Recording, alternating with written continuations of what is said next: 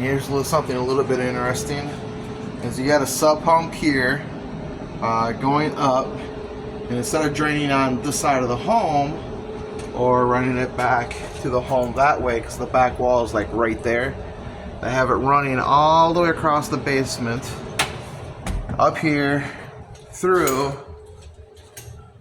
Then it drains into this sub pump, and then this one overworks. It works twice the amount that the one in there is working.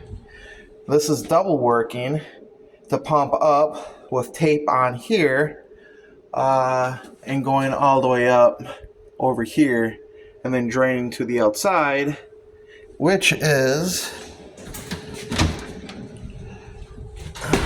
defective because it doesn't. Whoa.